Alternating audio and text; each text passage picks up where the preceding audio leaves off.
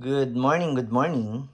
So, mag-unbox lang tayo ng unit na hindi pa natin nakikita dito sa page ko at saka sa YouTube channel ko. Pero bago ko gawin yon, ah, malaking tulong po sa akin kung mai-share nyo yung mga video ko kasi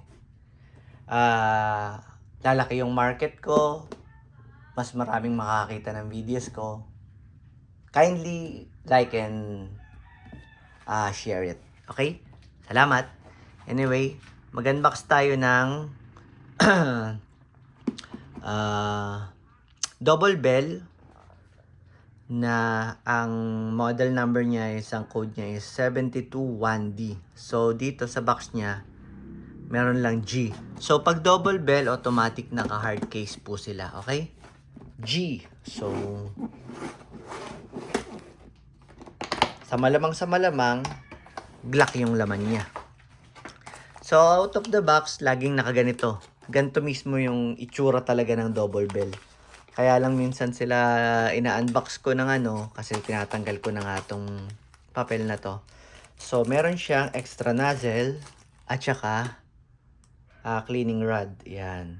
Panlinis ng barrel. Kasi pag minsan, naglo-lubricate tayo ng magazine, tapos naglalagay tayo doon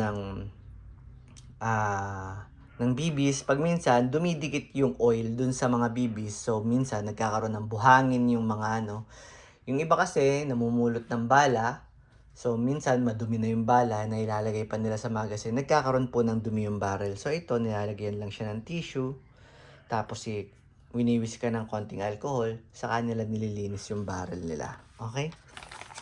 Din yun, paggamit ng cleaning rod. Tapos ito yung unit.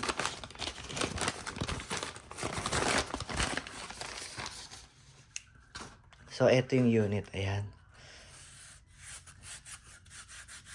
Ang gaspang ng grip niya. Tapos dito, meron din siyang parang, alam mo niyo yung velcro, yung dumidikit na kung tawagin magic tape, yung mga nakikita kadalasan sa mga bag. Parang ganun siya, oh. Ayan. Sobrang, niya, naka-staple grip siya. So, dito rin, may ganun din. Pang rest ng, ganyan. Maliit lang kasi yung kamay ko. Kung makikita nyo, kala nyo, medyo maliit yung mga hawak kong unit, ganun.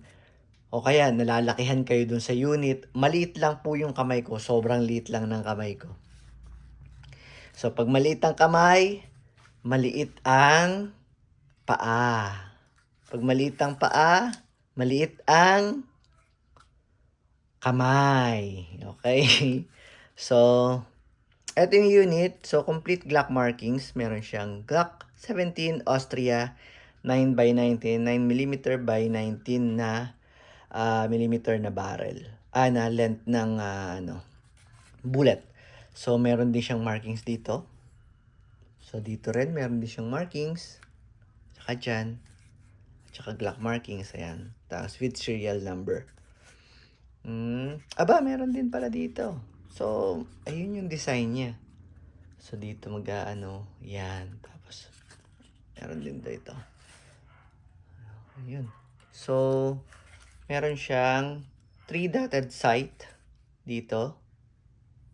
U-type na may dot. Kasi yung iba, letter U lang na ganon. Ito, may dot yung sight niya. Tapos dito rin, front and rear, no?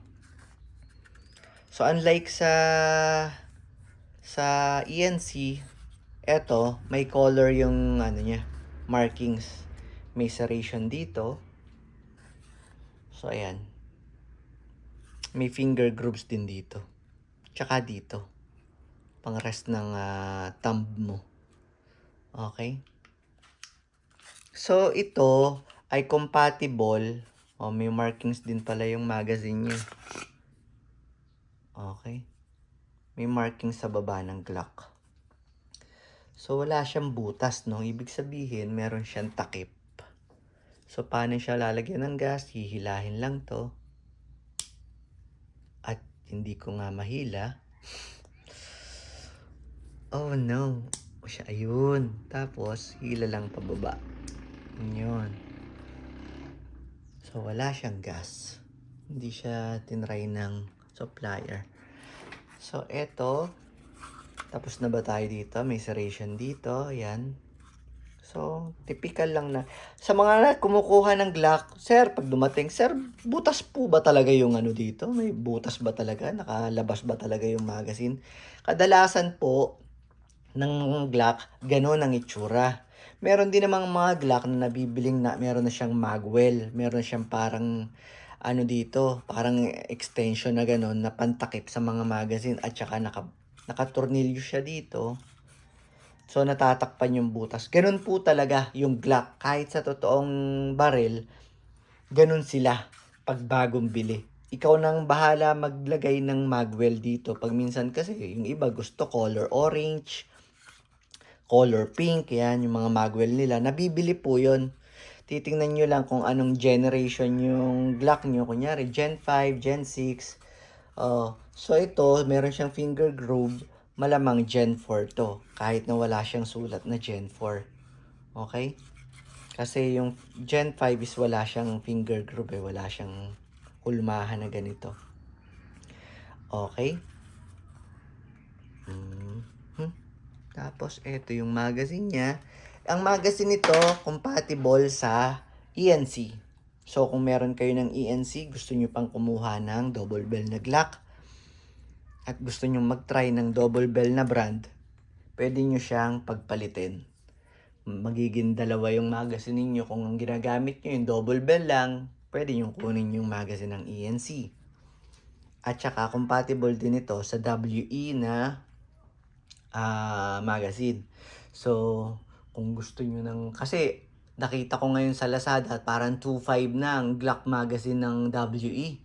Sobrang mahal na, parang konti na lang makakabili ka na ng isang unit. So, kung gusto mo ng unit at ang pakay mo rin ay magazine, tapos gusto mo pa ng ng isa pang unit, di kumuha ka ng double bell, meron kang isang magazine, meron ka ng isang unit pa. Tapos, hindi naman ganun kataas yung presyo nila. Okay? So, lagyan muna natin ng silicone oil to. Okay.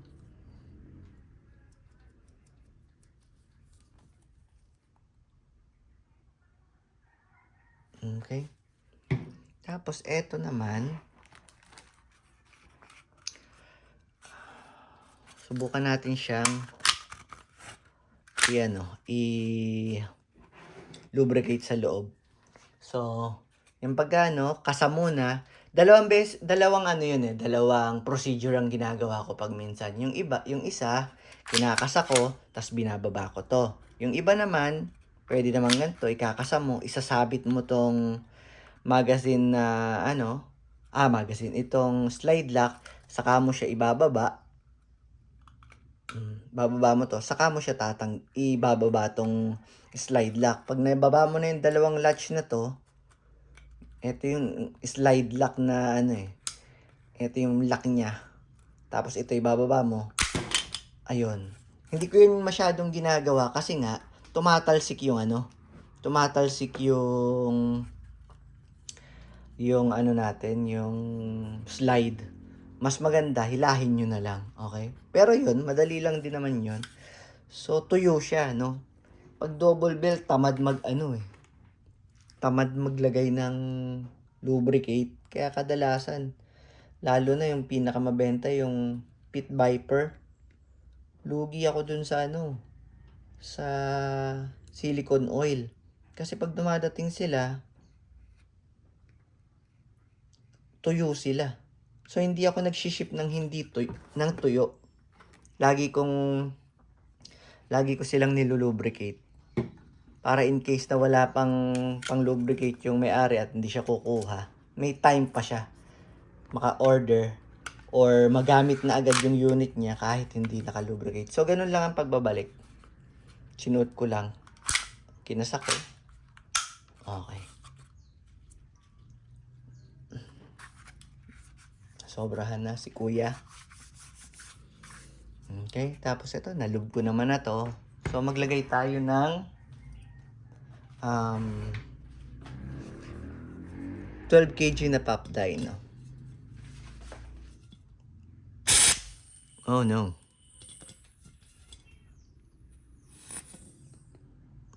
Mali yung salin ko. Sayang yung gas. Okay. So wala siyang leak. Nagkamali lang po ako ng kasi dumulas. Ay Diyos ko, ba't kasi napadami yung lubricate ko dun. Aligo na tuloy itong unit. So meron pa ako netong 3 pieces. Sa gustong kumuha at gustong mag-try ng double bell na brand. Sa meron ng mga Glock at saka sa mga Glock lovers kasi eto, katulad ko, mahilig ako sa Glock, yung unit ko mismo. Glock dati, yung unit kong bago, Glock din. Yan. Okay, balik natin to. So, lagyan naman natin siya ng .20 na Lancer Tactical na BBs. Okay. .20 lang yung ginagamit kong pang chrono.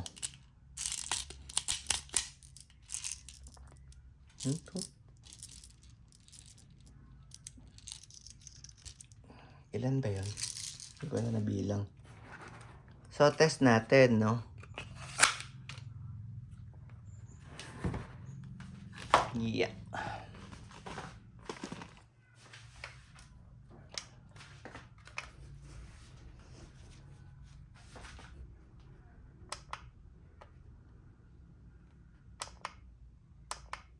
Meron dito kung mapapansin nyo, meron din dito nakasulat na ayun, no? Yung rate per second. Ginagamit yun sa mga full auto. Kadalasan, pag may full auto yung unit, pag ipinutok mo, yun yung rate per second, yun yung labas ng bala. Pag minsan, sa mga kadalasan, 13 to 14 per second ang labas ng bala sa mga rifle na AEG. Yun yung typical. Pag mataas na, maabot na ng 18, upgraded na yun. Isipin mong isang segundo, 18 na bala yung lalabas dun sa sa unit, di ba? So, eto, 0-0. So, kasa natin. Gano'n siya kalakas. Malakas din. 350. Nagulat ako, napindot ko siya agad. Sensitive yung trigger pull niya. Hindi siya malalim. Hindi din siya, basta. Akala ko, dito pa ako, dito sa bandang to puputok eh. Nagulat ako, pagdiin ko, pumutok na.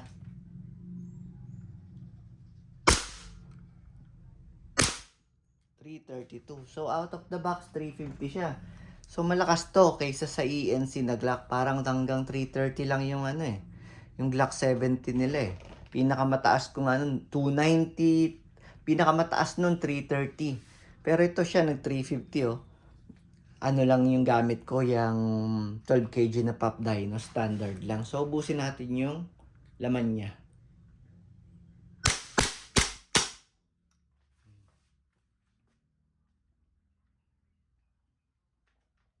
Ang ganda rin yung loob niya, oh.